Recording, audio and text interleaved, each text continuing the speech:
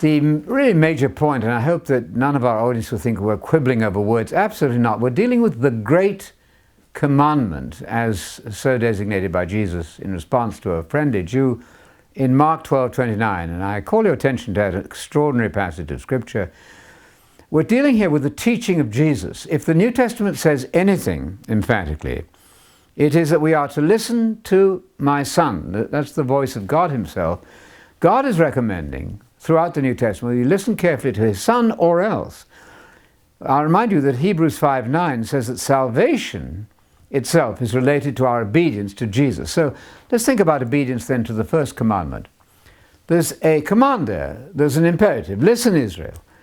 This takes us back to the Shema in Deuteronomy, first of all. We have a brilliant linkage there with the whole of the history of Israel. Whatever the Shema said in Deuteronomy 6:4, it didn't say something different when Jesus quotes it with a Jew in Mark 12:29. That would be amazing. All right then, what does the Shema propose to us? That the Lord our God is one Lord, or you can say the Lord is our God, the Lord is one person. It doesn't matter. Yahweh is a single person 7,000 times. That's perfectly obvious. In Psalm 110:1, which follows this discussion, you have Yahweh in his oracle, one person speaking to another who is not Yahweh. You cannot argue that Yahweh is more than one person. That's perfectly obvious. And so Yahweh our God is a single person. That is proposed by the Shema. Jesus then reinforces this, and as one of our famous commentaries on Mark by Dennis Nineham says, Mark has included this wonderful episode in Mark 12:29, which should be a source of good conversation, friendly conversation among all Christians.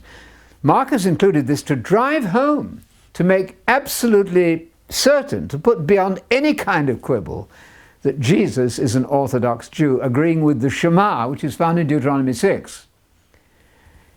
The only alternative to that would be that Jesus is playing games. That's unthinkable. This is a transparently clear episode. We have the Shema in Deuteronomy 6:4 proposing a single God, a single person God, unitary monotheism. I think what Hurtado nicely calls exclusivist monotheism, unitary, non-Trinitarian monotheism, is right there in the Shema in Deuteronomy. Jesus picks this up, repeats it, and affirms it, and agrees with a fellow Jew. You cannot get any clearer than that, as we say colloquially nicely in American English. It doesn't get any clearer than that. Now this is serious business. Is the church then guilty of discarding Jesus at this fundamental level of defining God? That's what we need to think about.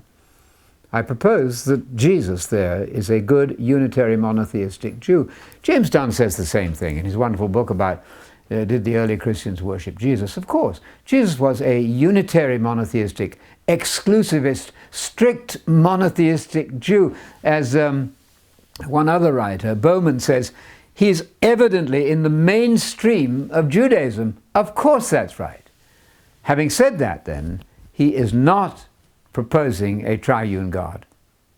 Now you may want to go somewhere else and argue for that, but if you're going to stay with the teaching of Jesus, which is really the core and the background and the backbone of the entire New Testament, the entire Bible really, as God in the Old Testament looks forward to the Messiah, we are to obey Jesus at all costs. Salvation is through obedience to Jesus, and the teachings of Jesus are paramount.